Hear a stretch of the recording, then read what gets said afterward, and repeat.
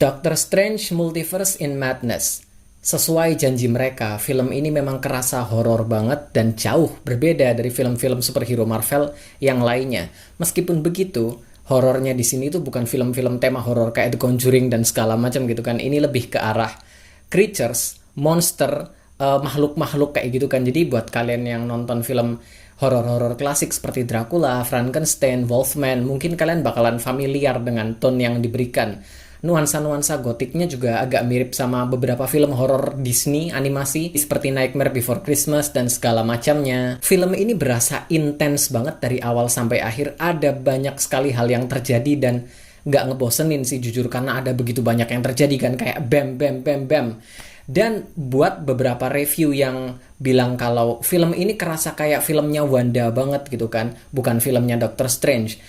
Menurutku memang Wanda memang mencuri spotlight berkali-kali. Bisa dibilang bertubi-tubi Wanda mencuri spotlight gitu kan. Cuman tetap kerasa ini filmnya Doctor Strange kok. Kita tetap dikasih perkembangan. Fokus utamanya tetap Doctor Strange. Yang paling lama dikasih lihat ya Doctor Strange gitu kan.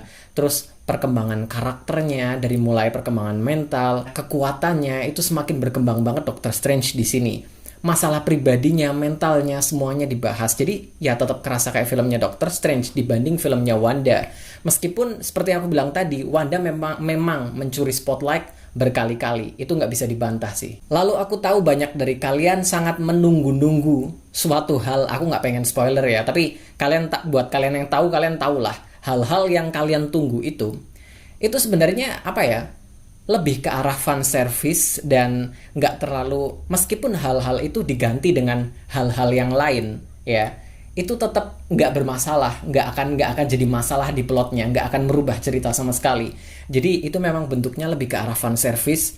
Meskipun begitu, fan service-nya bagus dan bikin seluruh bioskop pada teriak, pada seneng gitu kan. Dan aku juga sedikit ngerasa kalau beberapa hal ini dimasukkan bukan sekedar fan service, tapi juga sebagai Easter egg untuk dimunculkan secara nyata ke depannya. Tapi ya, koneksi ke plotnya memang lemah sekali, ditiadakan pun nggak ada, diganti dengan hal lain pun sama sekali nggak masalah. Katanya sih ada beberapa film atau series Marvel lain yang harus ditonton biar ngerti cerita ini, dan ternyata memang benar. Paling krusial adalah series WandaVision, itu adalah yang paling wajib banget. Dan selanjutnya ada film Spider-Man No Way Home dan mungkin beberapa episode dari What If, beberapa episode dari Loki gitu kan, series Loki. Cuman kalau menurutku ya, beberapa Loki mungkin ya berkaitan juga sih. Cuman kalaupun kalian nggak nonton juga kalian nggak bakalan terlalu bingung sih. Spider-Man No Way Home juga meskipun ya kalian juga nggak akan terlalu bingung-bingung banget gitu kan. Tapi WandaVision adalah yang paling wajib di sini, karena aku nggak ngerti kalau kalian nggak nonton WandaVision, kayaknya kalian nggak bakalan paham sama cerita yang ditampilkan. Karena kok bisa tiba-tiba Wanda seperti ini, kok bisa tiba-tiba begini, karena ini berasa seperti sequel secara tidak langsung untuk series WandaVision. Minusnya, ada beberapa joke yang kurang terasa organik ya, kerasa banget kalau karakternya berusaha melawak. Ya, buat kalian yang suka dengan joke-joke seperti itu mungkin nggak apa-apa ya.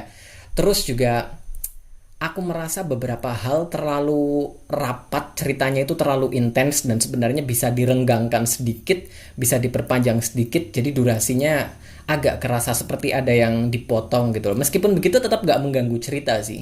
Hal lain yang bisa dibilang mungkin akan mengganggu bagi penggemar film casual adalah film ini kurang bisa ditonton secara lepas, karena masih sangat-sangat berkaitan dengan film-film atau seri-series Marvel yang lainnya, terutama WandaVision. Jadi buat mereka-mereka yang pengen nonton film Doctor Strange ini secara lepas tanpa menonton series WandaVision, mungkin mereka bakalan menilai film ini kurang baik dibandingkan film-film Marvel yang lainnya.